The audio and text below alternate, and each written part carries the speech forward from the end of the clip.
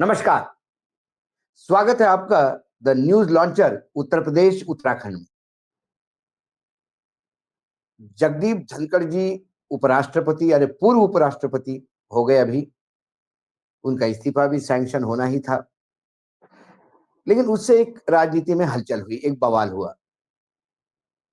लग रहा था कि उस बवाल के चलते कहीं ना कहीं जो कोर इश्यूज है, जो लोकसभा का सत्र चल रहा है और उसे खासकर सरकार के सामने जो सवाल विपक्ष ने रखने थे, इंडिया गठबंधन की मीटिंग हुई, वो सारे सवाल हुए। ऑल पार्टी मीटिंग में सरकार की तरफ से किरण रिजिजू ने बोला कि हाँ चर्चा होगी। पहला दिन तो हंगामे के भेंट चढ़ा।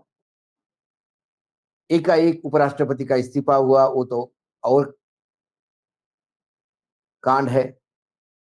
लेकिन फिर उसके बाद आज एक अहम बात थी, वो कि सर्वोच्च न्यायालय में हलफनामा दायर करना था चुनाव आयोग को, जो चुनाव आयोग ने किया। 28 जुलाई को इस पे हियरिंग है और सारा मामला घूम फिर के एसआईआर पे है। जो मतदाता सूची का पुनर्निरीक्षण है बिहार में, उसको लेके जो कई रिट पिटीशन फाइल हुई थी सर्वोच्च न्यायालय ने, सब क्लब करते हुए उन्होंने पहले ही हियरिंग में ये कह दिया था कि हम आपको सजेस्ट करते हैं कि आप देख लीजिए, यदि आप उन 11 सर्टिफिकेट जो आप मांग रहे हैं, 11 में से एक, उसमें आधार कार्ड पुराना आपका दिया हुआ, चुनाव आयोग का कार्ड, और यदि राशन कार्ड इंक्लूड करें तो अच्छा होगा। लेकिन जहां चुनाव आयोग निर्णय ही मानने में आनाकानी करता है, वो सजेशन क्या मानेगा। आज एफिडेविट में चुनाव आयोग ने बिल्कुल इस बात को रेखांकित कर दिया कि जो वो सर्वे पुनर्निरीक्षण कर रहे हैं मतदाता सूची का, वो बिल्कुल ठीक है। चुनाव आयोग का ये दायित्व है कि जो मतदार है वो मतदान करे, और जो देश के नागरिक है वो मतदान ना करे। उनको लिस्ट से आउट करने के लिए एक बड़ा मैसिव ड्राइव चला है। उन्होंने कहा कि विपक्ष आरोप लगा रहा है, मिसगाइड कर रहा है, और करीब-करीब 94% फॉर्म जमा हो चुके हैं। कुछ 30-35 लाख लोगों का एड्रेस मिल नहीं रहा है, वो हमने राजनीतिक दलों के साथ भी साझा किया है, और हम कितने पाक साफ है ये बताने का प्रयास किया, और उन्होंने इस बात को फिर से रेखांकित किया कि नागरिकता तो हम तय करेंगे।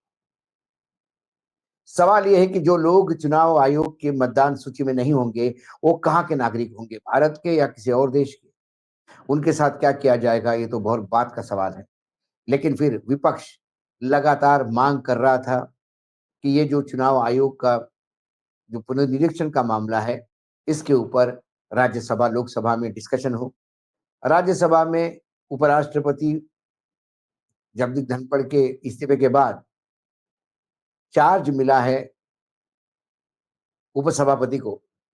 उन्होंने चार्ज मिलते से ही कोई चर्चा करने के लिए परमिशन नहीं दी। उन्होंने सिर से नकारा कि नहीं, इस पे चर्चा नहीं होगी। लोकसभा में तो बिरला जी ने नो नो करते हुए सबको टाल दिया। आखिर विपक्ष सदन के बाहर प्रदर्शन कर रहा था। लेकिन उत्तर प्रदेश के लिए बड़ी बात है कि चुनाव आयोग के तमाम दावे को नंगा करते हुए अखिलेश यादव ने जो सरकार पे और खास करके चुनाव आयोग पे हमला बोल दिया, उससे सत्ता पक्ष मौन धारण करके बैठा है। चुनाव आयोग के पास भी उसके सवाल नहीं है, क्योंकि ये सवाल काफी दिनों से चुनाव आयोग के दफ्तर में पड़े हुए हैं। चुनाव आयोग के जो एसआईआर है, विशेष गहन पुनर्निरीक्षण, इस पर बात करते हुए समाजवादी पार्टी के प्रमुख अखिलेश यादव ने केंद्र सरकार पर बड़ा हमला बोल दिया। उन्होंने कहा कि संसद के बाहर, हम संसद के अंदर चर्चा करने के लिए तैयार है, लेकिन बिना प्रधानमंत्री के हम क्या बयान दें और किसको बयान दें। क्या भूल हुई, क्या चूक हुई, क्या गलती हुई, इंटेलिजेंस विफलता खासकर पहलगाम पे, ये कोई एक बार नहीं हुआ, पुलवामा हुआ, फिर पहलगाम हुआ। वहीं बिहार के वोटर लिस्ट पे बात करते हुए उन्होंने कहा, एक तो वो विपक्ष के साथ मजबूती से खड़े होते दिखाई दिए, राहुल गांधी के साथ उन्होंने नारेबाजी और प्रदर्शन किया, और उसमें कहा कि हर चुनाव जीतने के लिए भाजपा, ये आरोप था अखिलेश जी का, हर चुनाव जीतने के लिए भाजपा एक नई रणनीति बनाती है। 8 करोड़ वोटर और 1 डेढ़ महीना आप नई वोटर लिस्ट बनाएंगे। यूपी में उपचुनाव में पुलिस ने बंदूक से वोट रोका था। मैं दावे के साथ कहता हूं, कुंदरकी में आप सीसीटीवी निकाल के देख सकते हैं, पुलिस वाले वोट डालते मिल जाएंगे। अयोध्या में तो ये लोग हारे थे, तो मिल्कीपुर में हारना जरूरी था। बिहार में नई वोटर लिस्ट बनाने का मतलब है भाजपा ने बेईमानी करने के लिए कोई बहुत बड़ी तैयारी की है। और ये बात उन्होंने जो की, ये आपका वीडियो पे आप देख सकते हैं। कंट्रोल रूम, जरा ये वीडियो आप चला के बताइएगा। अखिलेश जी का वीडियो है, पार्लियामेंट के सामने है, और आप सुन सकते हैं। चुनाव को जीतने के लिए भारतीय जनता पार्टी एक नई रणनीति बनाती है। आप कल्पना करिए, 8 करोड़ वोट और 1 महीने में, 1.5 महीने में आप पूरी नई वोटर लिस्ट बनाएंगे। और अगर हम पीछे मुड़ करके देखें, अगर हम देखें, यूपी में बहुत करीब से देखा इन्होंने। इलेक्शन कमीशन किसी भी अधिकारी को ट्रांसफर पोस्टिंग नहीं करता। अगर पुरानी सरकार रही होंगी तो डीजीपी हट जाएगा, चीफ सेक्रेटरी हट जाएगा, और संबंधित अधिकारियों की शिकायत होगी वो हट जाएगी। आप कितनी भी शिकायत करोगे, किसी अधिकारी के खिलाफ कार्रवाई नहीं होगी। आप वोटर लिस्ट को लेकर के शिकायत करेंगे, एडमिनिस्ट्रेशन को जो साथ देना चाहिए वो एडमिनिस्ट्रेशन साथ नहीं देता। समाजवादी पार्टी ने 18,000 वोट जो बीजेपी के इशारे पे डिलीट किए गए थे, जो वोट लोग नहीं डाल पाए थे, विद एफिडेविट हम लोगों ने इलेक्शन कमीशन को दिया था। उसके बावजूद भी किसी भी आरओ पर, किसी भी बीएलओ पर कोई कार्रवाई इलेक्शन कमीशन ने नहीं की। और अभी जो उपचुनाव हुआ था, जहां पर पुलिस खड़ी होकर के अपनी सर्विस रिवॉल्वर निकाल करके वोट रोक रही थी। और मैं आपसे कहता हूं, कुंदरकी का आप सीसीटीवी रिकॉर्डिंग निकाल के लाइए, आपको पुलिस मिलेगी जो पुलिस वोट डाल रही है। क्योंकि अयोध्या में ये लोग हारे थे तो मिल्कीपुर हराना जरूरी था। किस अधिकारी को प्रिसाइडिंग ऑफिसर बनाना है, प्रिसाइडिंग ऑफिसर को क्या टारगेट दिया गया था, और वो रिकॉर्डिंग है जो हम लोगों ने इलेक्शन कमीशन को दिया। कुंदरकी का चुनाव लूट लिया, मीरापुर का चुनाव पुलिस ने, प्रशासन ने मिलकर के लूट लिया, अयोध्या में चुनाव जो हुआ उसको लूट लिया। तो कितने हम उदाहरण दिए हैं, यूपी के तमाम उदाहरण हम दे सकते हैं जहां पर इलेक्शन कमीशन आंख बंद कर करके रहा।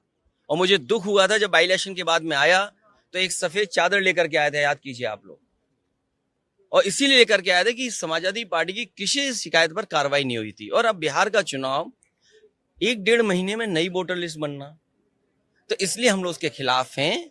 अभी लोकसभा चुनाव हुआ है, अगर जो डिलीट हुए होंगे या बढ़ गए घट गए होंगे एक अलग तरीका है, लेकिन आप वोटर लिस्ट नहीं बना रहे हो, इसका मतलब बीजेपी ने कोई तैयारी की है बहुत बड़े पैमाने पे बेईमानी करने के लिए। हमने, आपने चंडीगढ़ में देखा बैलेट का जब वोट पड़ा तो कैसे बैलेट का वोट पड़ा था। तो कितने उदाहरण दें हम बीजेपी के। और बीजेपी के लोग तो बूथ पर पता नहीं कौन सी मशीन लेकर के आते हैं जिसमें वोटर आईडी कार्ड बना लेते हैं लोग। जो इलेक्शन कमीशन का सबसे महत्वपूर्ण कार्ड होता है वो कार्ड बन जाता है वहां। आधार कार्ड बनाने की मशीन लेकर के आते हैं बीजेपी के लोग, वो बना लेते हैं। तो बताइए, वो आधार कार्ड बना लेते हैं, वोटर आईडी बना ले, अब तो पूरी वोटर लिस्ट नहीं बना रहे हैं। ये थे अखिलेश यादव, और ये उनका बयान था। और ये बयान बताता है कि आने वाले समय में यदि ये प्रक्रिया ऐसी ही चलती रही, क्योंकि उत्तर प्रदेश में जो चुनाव हुए उपचुनाव, उन उपचुनाव से, नतीजों से सरकार के ऊपर कोई गंभीर संकट आने वाला नहीं था। यदि सारे के सारे 10-12 जो चुनाव हुए थे वो सारे के सारे विपक्ष जीतता तो भी सरकार के सेहत पे फर्क नहीं पड़ता, सरकार जीतती तो भी सेहत पे फर्क नहीं पड़ता। लेकिन एक मैसेज देना था कि हम चुनाव आयोग के साथ मिलकर कैसा दुरुपयोग सत्ता का करते हैं, और उसके वीडियो आए, कंप्लेंट्स आई, लेकिन उसकी अभी तक कोई सुनवाई नहीं। ऐसी ही कंप्लेंट्स महाराष्ट्र से, हरियाणा से है, उसकी कोई सुनवाई नहीं। गुजरात के चुनाव की भी कंप्लेंट्स पड़ी है, उनकी भी कोई सुनवाई नहीं। क्योंकि चुनाव आयोग के पास कोई समय सीमा नहीं है इस पर। अब यदि ये एसआईआर वाला मामला ऐसा ही चलता रहा, तो ये तो ट्रेलर है। इसके बाद हर विधानसभा चुनाव के पहले एसआईआर होगा। क्या हमारे देश में सिंगल पार्टी सिस्टम पे हम जा रहे हैं? कुल मिला के क्या विपक्ष की आवाज आप पार्लियामेंट के अंदर बंद कर देंगे, राज्यसभा, लोकसभा में बोलने नहीं देंगे, पटना में विधानसभा में बोलने नहीं दिया जा रहा है, और फिर लोग रास्ते पे आ रहे हैं, और तो रास्ते की बात सुनेगा कौन? मीडिया दिखाने को तैयार नहीं है, और चुनाव आयोग जो चौड़ा होके सर्वोच्च न्यायालय में कहता है कि पार्लियामेंट भी हमारे अधिकारों के छीन नहीं सकती।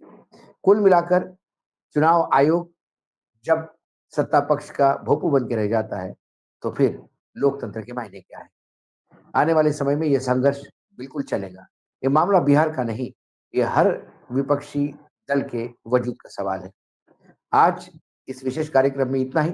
कल फिर आता हूँ किसी विषय के साथ। तब तक के लिए नमस्कार। देखते रहिएगा न्यूज़ लॉन्चर उत्तर प्रदेश, उत्तराखंड।